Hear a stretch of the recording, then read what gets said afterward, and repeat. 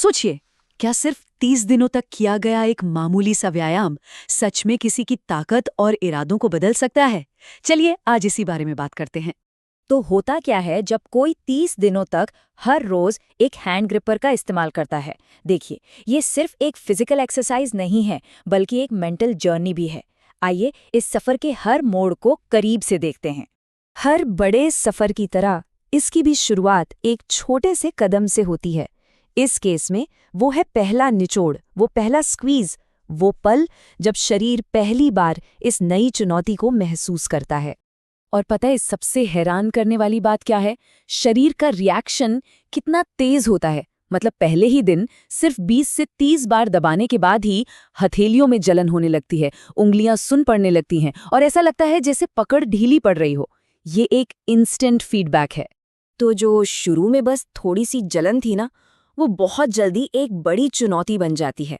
पहला हफ्ता सबसे मुश्किल होता है, क्योंकि यहीं पर जिस्म का दर्द सीधा दिमाग की हिम्मत से टकराता है। तो देखिए, पहले दिन जलन और सुन्नापन महसूस होता है।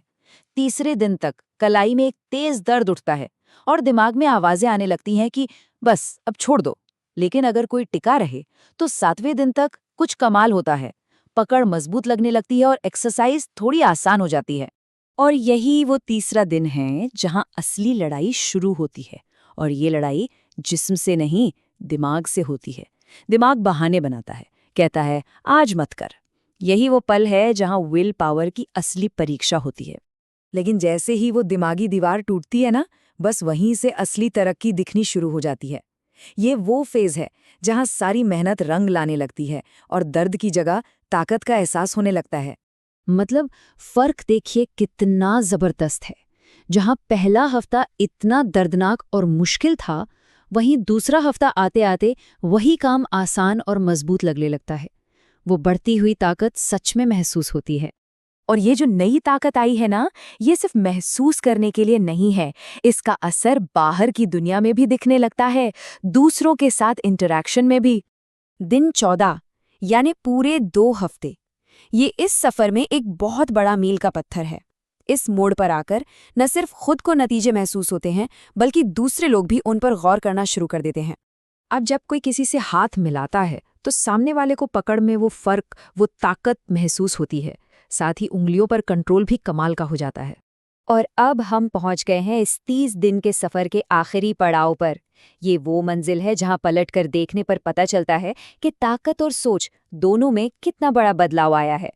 सोच के भी अजीब लगता है ना कि जो चीज पहले दिन एक पहाड़ जैसी चुनौती लग रही थी, 30 दिनों के बाद वही चीज बस एक खिलौना बनकर रह जाती है। और यही है लगातार कोशिश करने की असली ताकत। 30 दिनों की मेहनत से जो काम कभी दर्दनाक हुआ करता था, वो अब बिल्कुल एफर्टलेस हो जाता है। पकड़ के साथ साथ इच्छा शक्ति भी मजबूत हो जाती है। तो ये सब हमें एक बहुत बड़े सवाल पर लाके खड़ा कर देता है। अगर सिर्फ 30 दिनों में पकड़ की ताकत को इस तरह बदला जा सकता है, तो जिंदगी के और कौन से हिस्सों में ऐसा ही कमाल किया जा सकता है? संभावनाएं सच में अनंत हैं।